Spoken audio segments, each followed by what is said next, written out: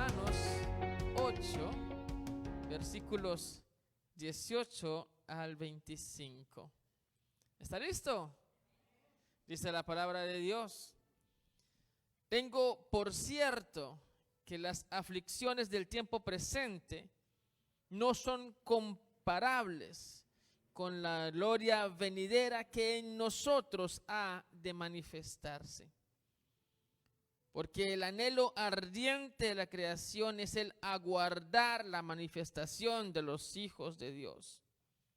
Porque la creación fue sujetada a vanidad, no por su propia voluntad, sino por causa del que la sujetó en esperanza. Porque también la creación misma será libertada de la esclavitud de corrupción a la libertad gloriosa de los hijos de Dios. Porque sabemos que toda la creación gime a una y a una está con dolores de parto hasta ahora. Y no solo ella, sino que también nosotros mismos que tenemos las primicias del Espíritu, nosotros también gemimos dentro de nosotros mismos esperando la adopción, la redención de nuestro cuerpo. Porque en esperanza fuimos salvos. Pero la esperanza que se ve no es esperanza, porque lo que alguno ve, ¿a qué esperarlo? Pero si esperamos lo que no vemos, con paciencia lo aguardamos. Padre, es tu palabra y sobre ella nos refugiamos con la esperanza de que nos hables, nos toques. El aliento de tu presencia, Señor, llegando a nuestra alma, lo necesitamos. Necesitamos de tu misericordia, de tu formación. Necesitamos que nos hables. Señor, que tu iglesia sea edificada en el nombre de Jesús. Amén. Tome su lugar, por favor. Bienvenidos todos a la casa de Dios. Yo he titulado esta jornada de ministración El secreto de Pablo para enfrentar las crisis. El secreto de Pablo para enfrentar las crisis. Usted sabe, lo ha leído en la palabra, que el apóstol Pablo enfrentó muchísimas circunstancias difíciles, ¿cierto? Enfrentó persecución, enfrentó difamación, enfrentó la muerte, e incluso enfrentó maltrato y tortura. Y usted encuentra a Pablo que en lugar de sentirse mal, decimos en mi país, achicopalarse, en lugar de ello lo ve cada vez más fuerte. ¿Cuál era su secreto? Bueno, aquí en esta carta él nos refleja ese secreto. Pero para darle un poco más de luz al texto que acabamos de leer, yo quisiera compartírselo en otra versión. Y en este caso, quiero leer con ustedes la versión Castilian. A quien le guste el tema de estudiar la palabra de Dios desde diferentes versiones, esta es una versión muy interesante. Escúcheme, el mismo texto que leímos, pero en una versión diferente, la versión Castilian, dice la palabra de Dios. Acerca de esto quiero hacer constar mi absoluta convicción de que nuestros sufrimientos actuales no pueden compararse con la gloria de la vida eterna que Dios nos dará. Esa vida llegará el día en que Dios se revele a sus hijos. El día que la creación entera aguarda con ardiente anhelo. Pues la creación, el universo creado por Dios, quedó sometido a fracaso y vaciedad no de grado propio, sino porque Dios la sometió, aunque no lo hizo sin dar lugar a la esperanza de que toda ella llegará también a ser liberada de la esclavitud, de la corrupción, para gozar de la misma gloriosa libertad de los hijos de Dios.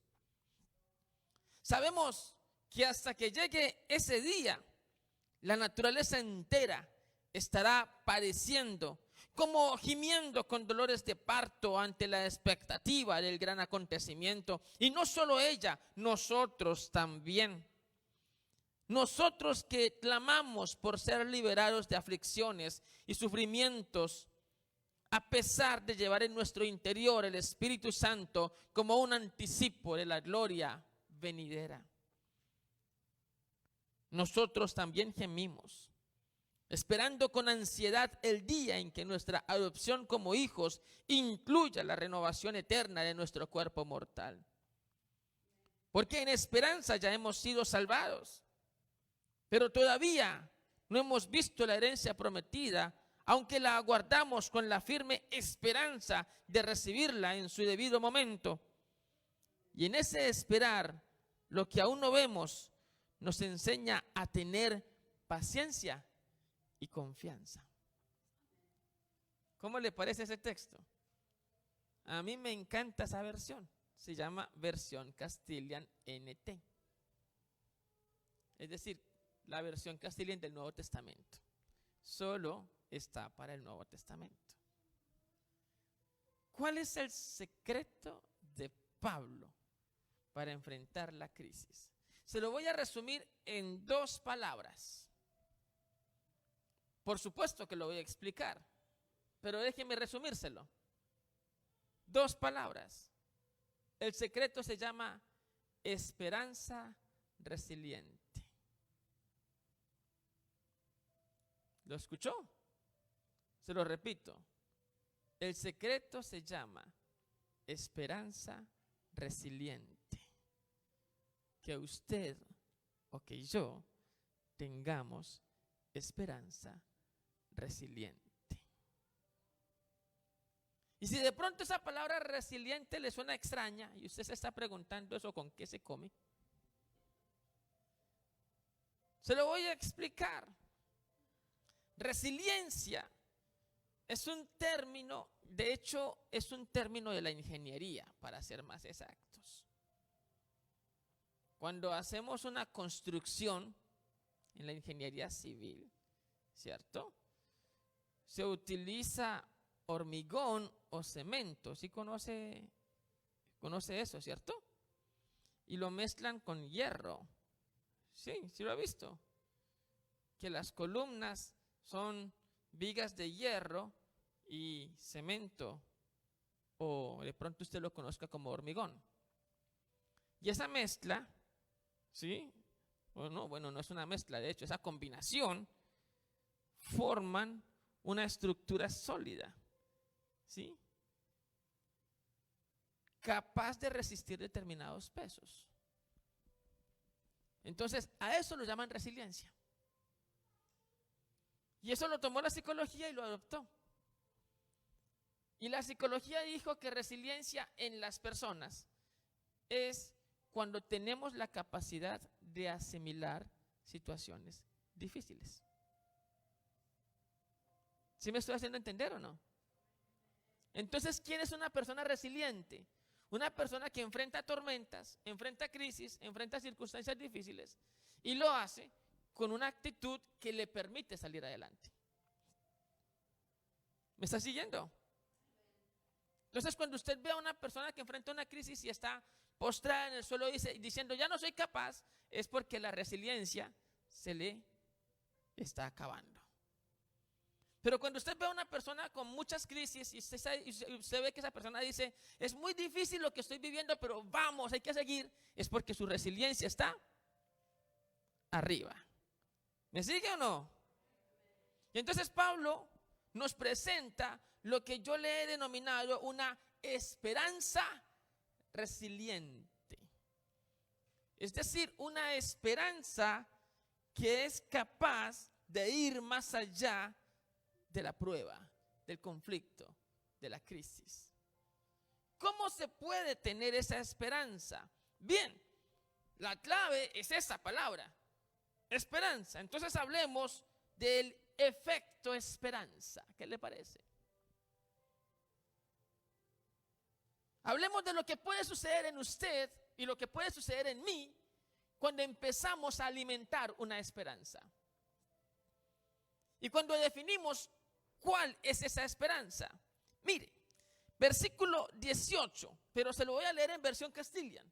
Dice Pablo: acerca de esto quiero hacer constar mi absoluta convicción. ¿Sí?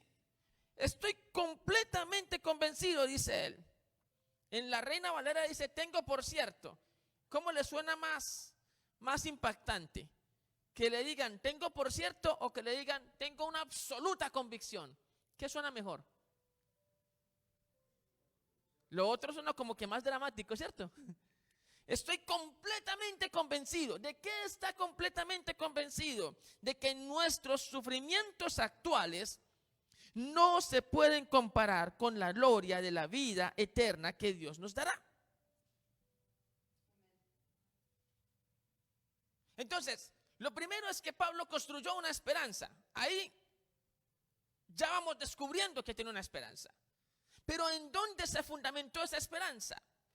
Y Pablo fundamentó esa esperanza en lo que va a acontecer hacia futuro. Y sobre lo que va a acontecer en el futuro, Pablo comienza a transformar su manera de ver lo que sucede en el presente. Nosotros lo hemos vivido en muchas circunstancias, solo que de alguna forma no hemos reflexionado en el poder de la esperanza. Fíjese, yo en este momento le decía a Abisaí unas horas atrás, el martes comienzo clase. Voy a iniciar otra vez maestría, mis clases de maestría. Y voy a ver, en este periodo de clase voy a ver 2 materias, martes y jueves. Y el otro periodo de clase voy a ver 3 materias. No se imagina usted eso como roba tiempo. Yo creo que al final entre noviembre y diciembre me van a ver o adicto al café, pastor, ¿lo va a lograr? o con algún ganchito aquí con los ojos, que me pare los ojos así. Algo voy a tener que hacer. Alguno va a empezar a decir, pastor, se le ven ojeras. ¿Sí? Sé que la etapa que viene es muy difícil. ¿Ok? Y sé que lo que voy a pasar entre enero y mayo es muy difícil. Bien complicado. Es más, me da pereza mental. Pero ¿sabe por qué estoy dispuesto a pasarlo? Porque sé que viene el grado. Me voy a graduar en mi maestría. ¿Alguien me está siguiendo la idea? Algunos de nosotros estamos en situación migratoria, ¿cierto? A cualquiera entre los que aún no han definido su situación migratoria, les encantaría que un oficial de migración le diga, mira, vas a pasar 4 años en que no vas a tener ninguna documentación, pero el 5.º año te lo vamos a dar. Estoy seguro que algunos saldrían contentos diciendo, vale esos 4 años, ya llevo 20, me sumo con 4 más. ¿O no? Y puede que le estén diciendo, vas a tener algunas dificultades, vas a tener que, tu licencia no va a tener las mismas viabilidades que como si tuviera residencia. Y alguien diría, hágale. Si al 5.º año me da mi residencia, hágale. ¿O no? ¿Sí asumiría alguna persona esa actitud o no? Entonces, fíjese que le están planteando un sufrimiento al tiempo presente, ¿correcto? Pero le están diciendo que va a pasar algo hacia futuro.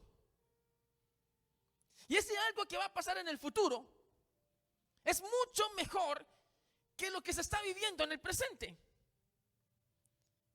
¿Me está siguiendo la idea o no? O como cuando a usted le dicen, preséntese a este trabajo Te toca pasar 3 meses de prueba. Es más, ni siquiera te van a pagar. Hay un millonario de apellido Warner, creo, y en él se basó la película En Busca de la Felicidad. ¿Alguien se la vio? 6 meses trabajando en la bolsa como aprendiz, sin salario. Pero si lograba el objetivo de quedar, a partir de allí, eso se iba a disparar. Imagínense que a usted le dicen, vas a estar a prueba 3 meses, no, 6 meses a prueba, no te vamos a pagar salario. Si pasas la prueba, te contratamos y te vamos a pagar $20,000 al mes. ¿Alguien pasaría los 6 meses o no? ¿Alguien se animaría? ¿Sí se animaría? Y sabes que el momento presente va a ser difícil porque son 6 meses sin salario. Pero tienes una esperanza de que si pasas la prueba y te contratan, vas a vivir en mucho mejor condición. El efecto de la esperanza trae eso. Entonces Pablo sabe que sí, tenemos que enfrentar aflicciones. Sí, tenemos que vivir una situación muy difícil. Enfrentar lo que no entendemos incluso. Es como si los hermanos en Roma le estuvieran preguntando a Pablo, ¿cómo haces? ¿Cómo haces? Nos estás diciendo que estamos atravesando dificultades, nos estás diciendo que vamos a vivir persecución, que vamos a vivir aflicción, y a pesar de todo nos estás diciendo que conservemos la calma. Y Pablo dice, sí, consérvenla porque yo la conservo. Entonces le dicen a Pablo, ¿cómo estás haciendo para lograrlo? Y Pablo les dice, porque yo tengo mi mirada en lo que hay hacia la eternidad. Y lo que hay hacia la eternidad es incomparable si lo relacionas con lo que estás viviendo ahora. Es que ahora enfrentamos muchas dificultades. Y ahora enfrentamos las limitaciones de nuestra comprensión.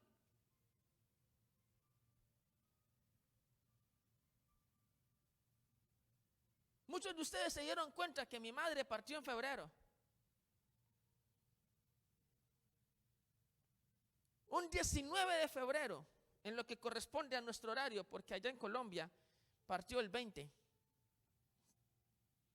Eso fue un viernes. Se me acercaron personas a decirme, pastor, yo predico por usted. Y les dije, no, voy a predicar yo. Ese domingo 21 yo estuve predicando. Personas me preguntaban, ¿cómo hace, pastor? ¿No le da dolor? Por supuesto que me da dolor. Una cantidad de contextos aumentaban el dolor, como por ejemplo no poder estar al lado de ella. Entonces, ¿qué permitió que yo estuviera aquí en pie ese 21? Compartiendo un mensaje. El efecto esperanza. El efecto esperanza de saber que viene la eternidad. Y lo que hay en la eternidad es incomparable, contrapuesto con lo que estamos viviendo aquí. Ese es el efecto esperanza. Cuando logramos poner la esperanza en perspectiva, entonces las aflicciones carecen de profundidad. Seguirán doliendo, pero carecen de profundidad. ¿A usted cree que no duele saber que no voy a poder dormir muy bien en el periodo que se avecina? Pero carece de profundidad al comparar con que voy a lograr un objetivo en mayo, si Dios me da vida. Y eso estamos hablando de un ejemplo terreno. Si logra usted contraponer y poner su mente hacia lo eterno, se va a dar cuenta que lo que estamos viviendo ahora carece de profundidad. Puede seguir doliendo, pero no tiene profundidad, porque lo eterno es incomparable. ¿Me está siguiendo? Jamison, Fausset, Brown son tres autores en un comentario bíblico. Dice, verdad es que tenemos que padecer por Cristo, pero ¿qué importa? Pues si comparan tales padecimientos con la gloria venidera, llegan a ser insignificantes. Ese es el efecto esperanza. ¿Sabes el presente que estás viviendo? ¿Sabes las dificultades que tienes que enfrentar? Incluso lo que se avecina. Y al final dices, ¿qué importa si yo tengo a Cristo en mi corazón y la eternidad es incomparable con lo que estoy viviendo o incluso con lo que voy a vivir? ¿Qué importa que se venga la aflicción? Yo la enfrento. Es el efecto esperanza. Y entonces Pablo nos lleva del efecto esperanza a establecer un ejemplo con la creación y nos habla de la esperanza que tiene la creación. Vale aclarar que en la idea de Pablo, él le da elementos humanos a la creación. Eso se llama personificar. Las fábulas personifican. ¿Usted ha notado que en las fábulas los animales hablan? ¿Se ha notado? Que en las fábulas los objetos hablan, o los objetos tienen ojos, o tienen manos. Por eso se llaman fábulas. Las fábulas personifican para que nosotros podamos entender una idea. De hecho, nosotros tenemos que personificar a Dios para poderlo entender. Entonces nosotros hablamos acerca de los ojos de Dios, de las manos de Dios. Eso es un efecto de personificación, porque los que tienen ojos somos nosotros, los que tienen manos somos nosotros. Dios los tiene, pero así lo podemos entender. ¿Me sigue o no? Entonces, cuando dice que la creación gime, Pablo está dándole elementos a la creación personificados, como si fuera una persona que se doliera. Pero no está diciendo que existe la madre naturaleza o que existe Gaia o algo así. No falta el que ha tomado este texto para decir que la naturaleza tiene personalidad. Mire, gime, mire. No, eso es una personificación. ¿Sí? Yo no puedo decir que las fábulas de Esopo son un argumento para demostrar que los zorros hablan. ¿Usted sabe quién es Esopo o no? Ni idea. Fabulista griego. Por ejemplo, la fábula del zorro y las uvas, ¿la ha escuchado? Un zorro entró a un viñedo. Vio unas uvas así grandotas, colgando de los pámpanos de las vides. Y dijo, ¡ah, caramba! Hora de comer. El problema es que las uvas estaban un poquito altas. Así que empieza el zorro a saltar. Y no alcanzaba las benditas uvas. Y otro salto. Y nada. Y saltó 1 hora, 2 horas, 3 horas. Ya cansado y agotado, el zorro estaba fastidiado. Dijo, si me las como me dan agriera, más bien no como nada. Y se fue. Esa es la fábula del zorro y las uvas.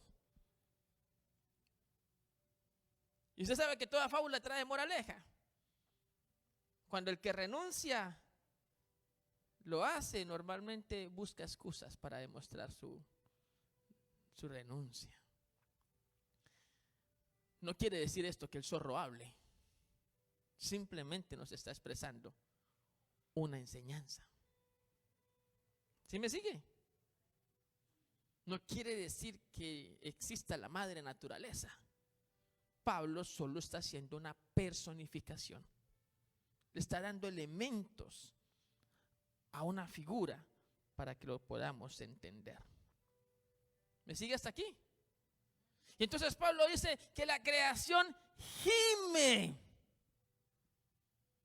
Gime. ¿Por qué gime la creación? Bueno, porque fue sujetada a la maldición del ser humano. ¿Y es que el ser humano recibió una maldición? Claro.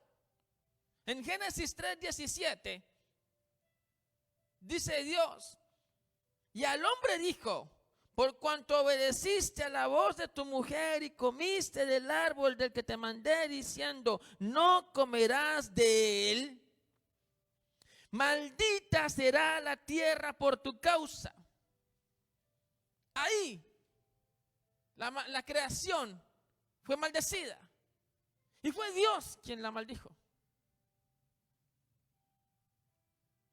Y Pablo reconoce que fue Dios quien la maldijo.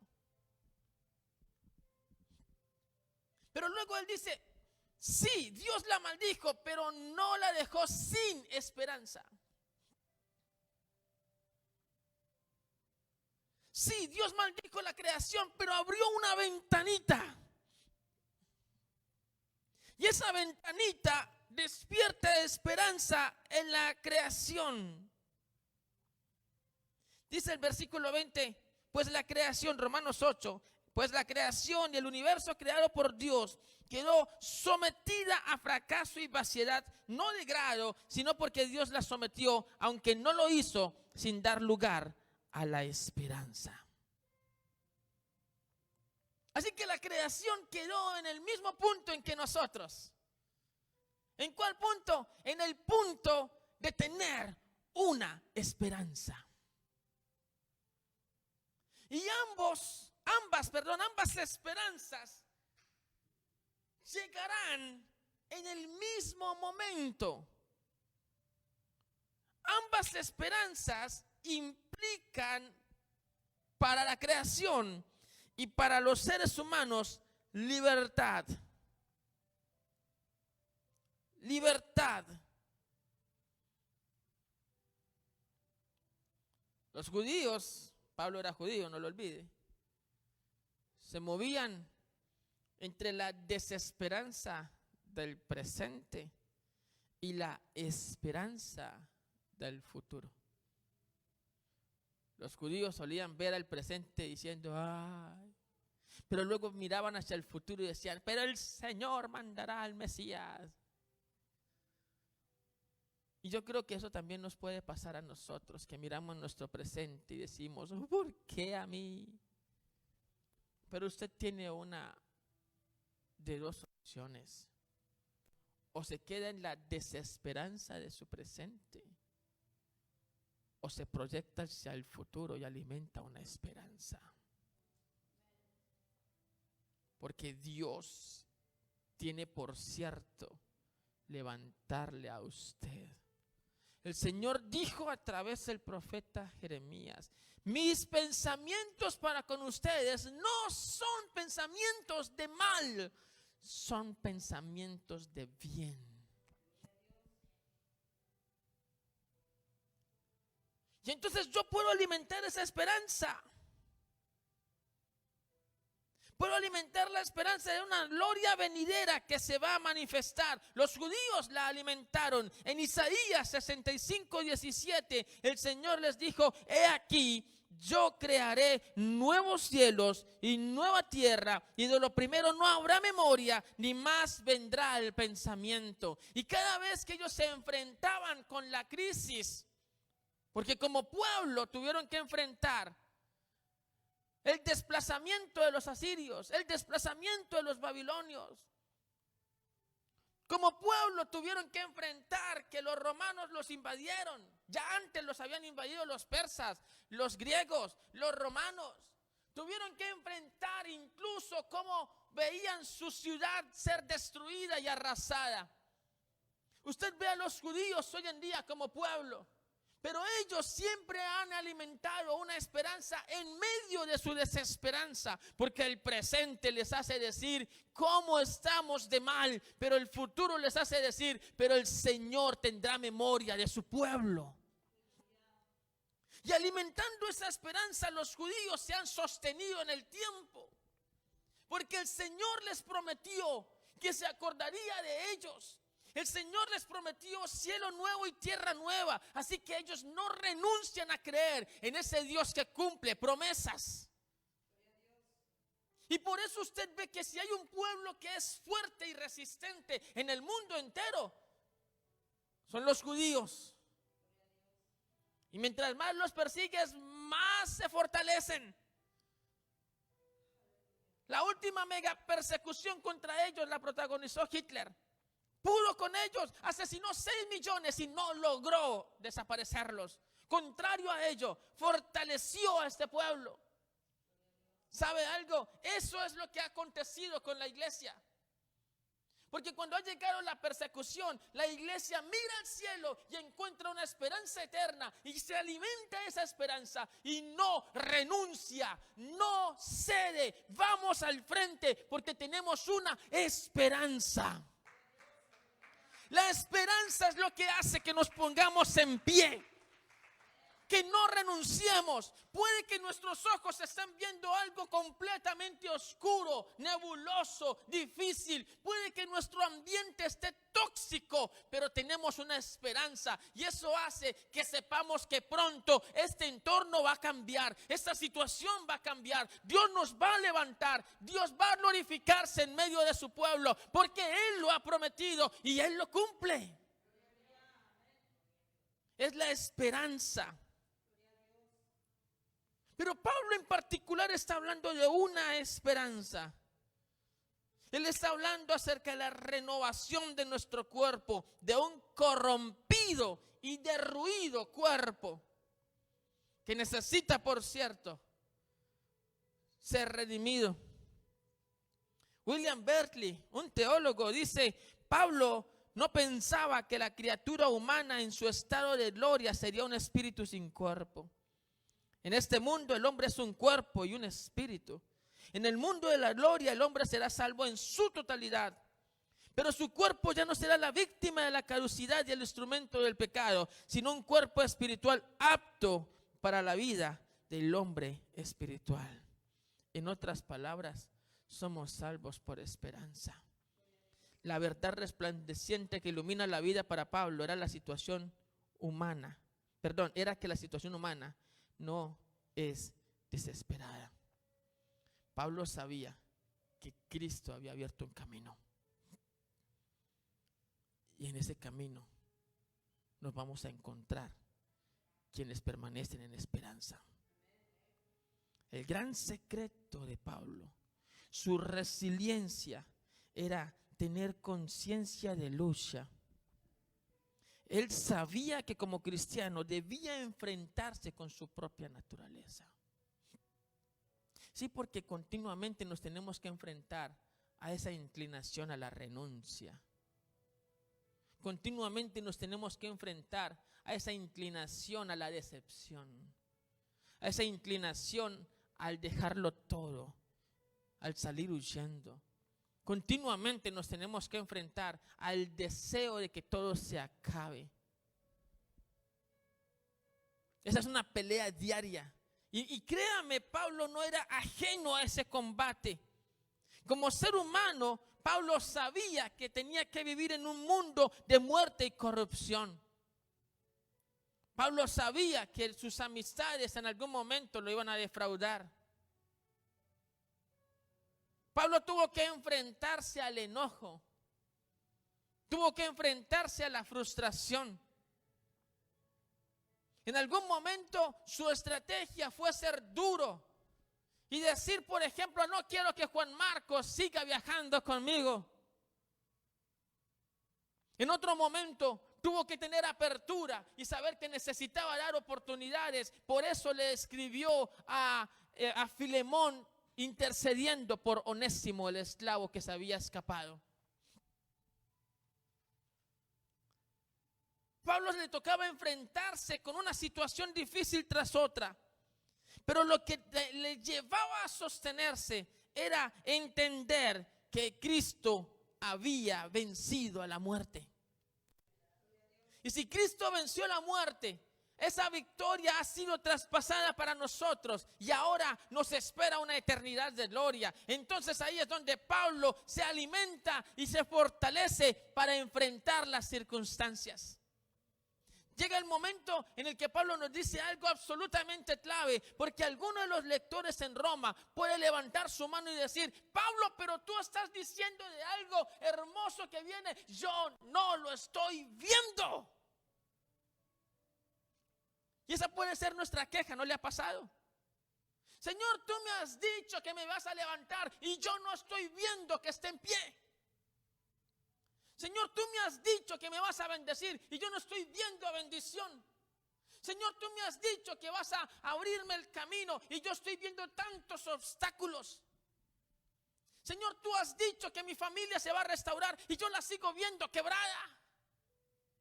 Señor, tú has dicho que voy a ser una vez más restituido y sigo en el suelo postrado.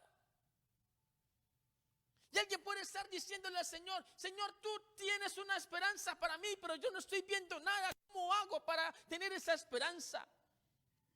¿Cómo hago para alimentar esa esperanza? Y cuando esa inquietud se levanta, Pablo levanta también a su vez una interesante posición que usted y yo tenemos que reflexionarla. Porque Pablo dice: no se puede esperar algo que ya se tiene. Si no lo tienes, entonces esa es la señal para que tengas esperanza. No puedes esperar algo que ya tienes. Pablo habla de esperanza. Pablo habla de lo que el Señor te va a dar. Tú alimentas tu fe en esperanza. Y esperanza quiere decir que aún no lo tienes, pero lo vas a tener. Aún no ha llegado, pero va a llegar. Aún no ha llegado esa bendición prometida, pero el Señor cumple su promesa y no se retarda. Él lo hace porque Él lo dijo. Pablo entendía que si tenía esperanza, entonces habían tres cosas importantes acá. Uno, esperanza implica que lo que anhela no ha llegado. Por lo tanto, dos, para que eso que anhela llegue, necesita tener paciencia. Y tres, para que eso que llegue pueda alimentar tu vida, necesitas tener confianza. La esperanza, Pablo la sustentó sobre paciencia y confianza. Le dijo a sus lectores: si es esperanza, es porque es algo que no lo tienen. Pero de que llega, llega. Usted encuentra a Pablo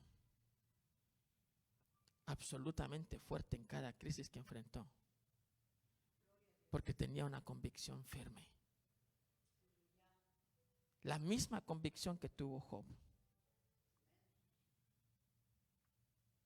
Cuando estaba en lo más oscuro de su prueba, Job dijo: sé que mi Redentor vive.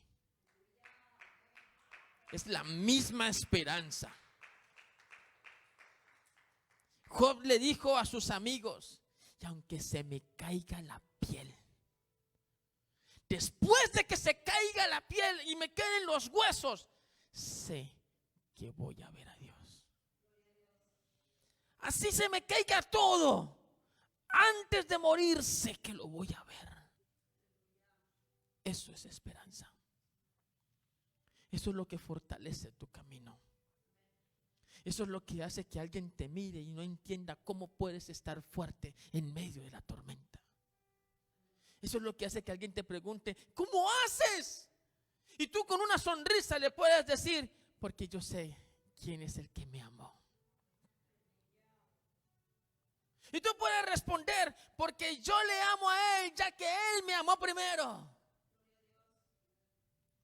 Alguien te puede preguntar: ¿qué estás viviendo?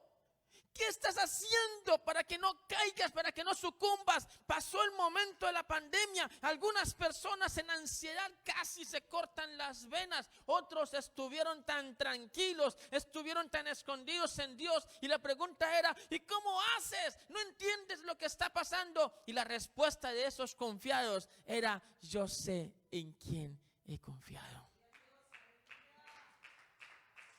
Eso es lo que usted y yo tenemos que aprender a dimensionar. El secreto para enfrentar las crisis se llama esperanza resiliente. Esperanza que sustenta. El autor a los Hebreos lo puso en los mejores términos. Dijo, pongan sus ojos en Jesús, autor y consumador de la fe.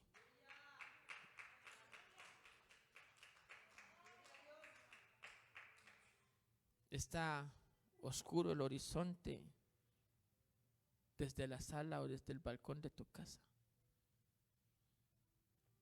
Está tenebroso el ambiente de tu entorno. ¿Qué vas a hacer? Estás enfrentando la crisis propia del dolor, de la decepción o de la frustración. La única manera para que te levantes victorioso se llama construir esperanza en Cristo.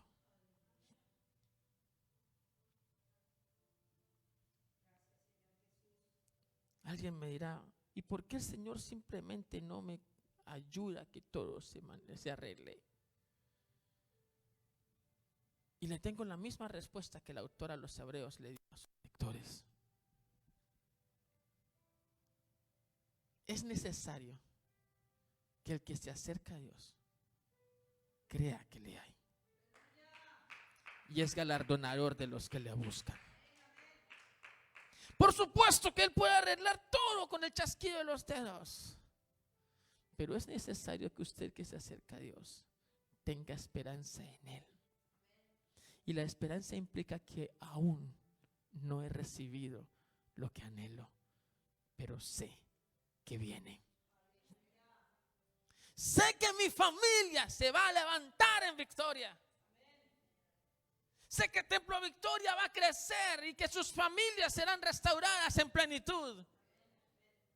Y sé que cuando venga la crisis o la persecución, porque se avecinan vientos de persecución, se avecinan vientos de crisis, se avecinan vientos de inestabilidad. Y cuando estemos enfrentando esas tormentas, yo sé que nuestro Redentor vive y nos va a levantar en victoria y no nos va a dejar caer derrotados. Y aquel que se sustente en esta esperanza va a notar que la victoria también es con usted.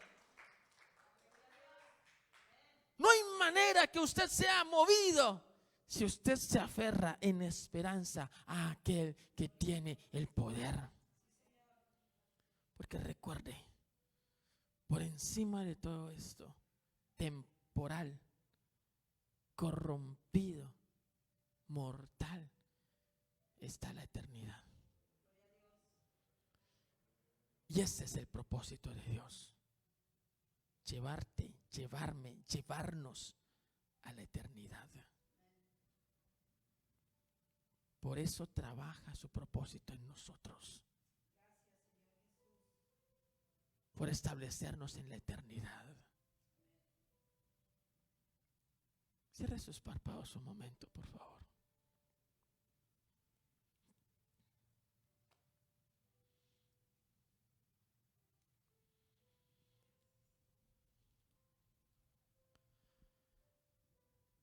Esperanza resiliente lo llamo. Tiene un nombre mucho más sencillo. Confiar en Dios. Aprender a confiar en Dios.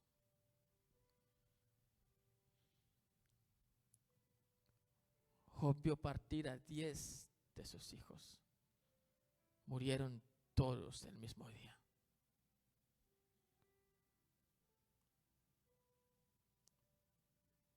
de ser uno de los hombres más ricos de la región. Quedó sin nada el mismo día. Tenía todos los elementos para maldecir a Dios y decir que le había abandonado. Pero Job no reaccionó así. Levantó sus manos y en una exclamación de adoración dijo: Jehová dio, Jehová quitó, sea el nombre del Señor bendito para siempre. Tenía todas las razones para mirar al cielo y con su dedo amenazante decir: no vuelvo a creer en ti. Pero en lugar de ello, este hombre se postró en tierra y adoró. Eso se llama confianza. Eso se llama creerle a Dios.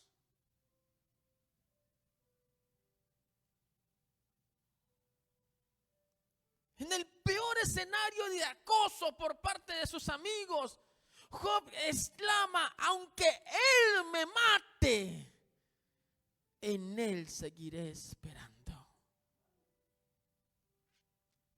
Si usted es capaz de desarrollar ese nivel de confianza en Dios, entonces su esperanza le va a hacer permanecer firme en medio de la crisis. Porque cuando llegue la tormenta, usted sabe que alguien tiene el poder de hablarle al viento, de hablarle al mar, y ellos tendrán que detenerse. Porque cuando llegue la oscuridad, usted sabe que hay alguien que puede decir: sea la luz, y la luz brilla.